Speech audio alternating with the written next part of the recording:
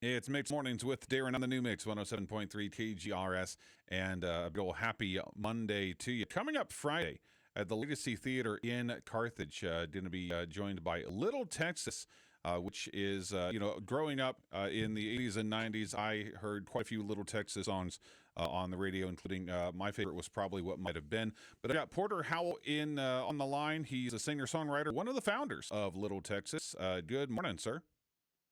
Good morning. Good to be here. Yeah, thanks for taking some time and talking with us. And you're going to be at the Legacy Theater Friday night, 7 o'clock. Tickets are available now at thelegacytheater.com if anyone wants to pick those up.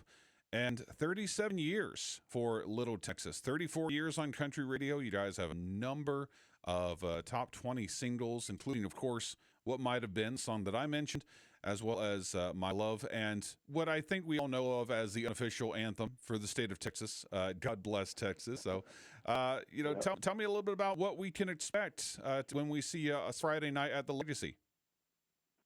We hit on just about every single we released, which is almost 20 songs. Mm-hmm. A couple of them might be thrown into a medley, but you'll hear everything, so don't worry about that. We get asked, please play What Might Have Been for me. We're like, that's why we're here. That's what we do.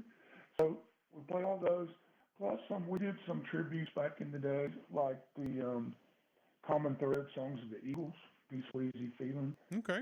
Dwayne sings that one and stuff like that, and some fun covers that we did up just to have fun with the audience. So right on. Lots of surprises, too. Lots of energy. Nice. Well, and I should mention that Little Texas won the ACM Award for Top Vocal Group back in 1994. So 37 years together. How did you guys get started?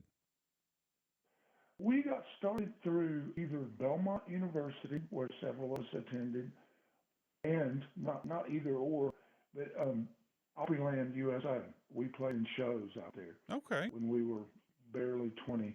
So that's how the core met. And then we picked up Braden Dale, our drummer and keyboard player, from another band when we were out on the road. Hope that's not too convoluted, but basically through Opryland and Belmont. That's pretty cool. I got a chance to tour what remains of the Opryland spot, because it's right out there outside of Opry Mills Mall in Nashville.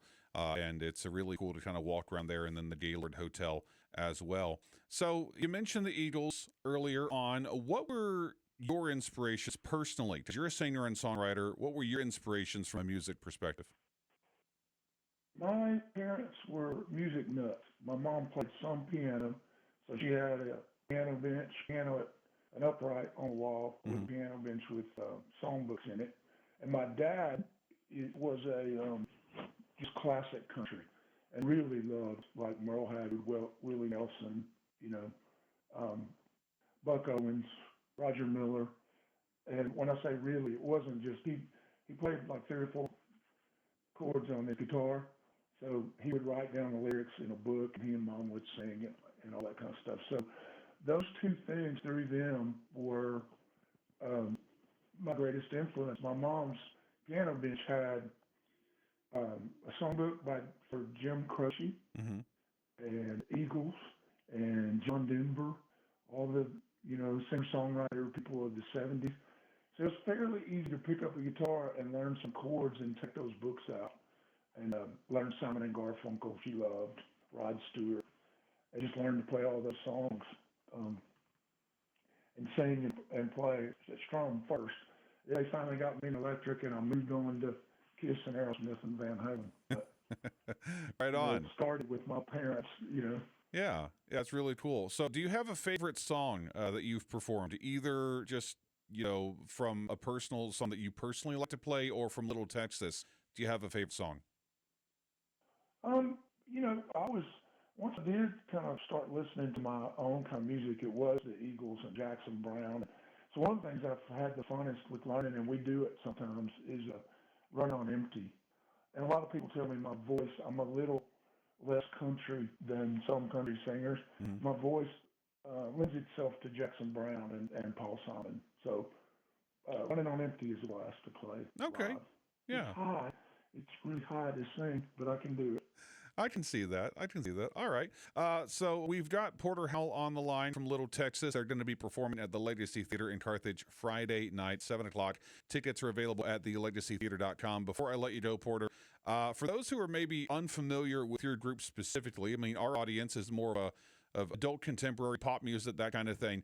So maybe they might be unfamiliar with country music as a whole. What is a good reason? What's your hard sell for people to come out and see you? We were back in the day in the '90s. I think we heard the comment more.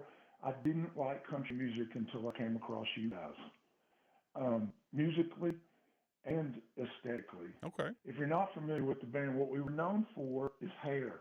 We were we were we were more like our heroes. We were more like the Eagles. Our hair length was definitely more like that in our look and approach.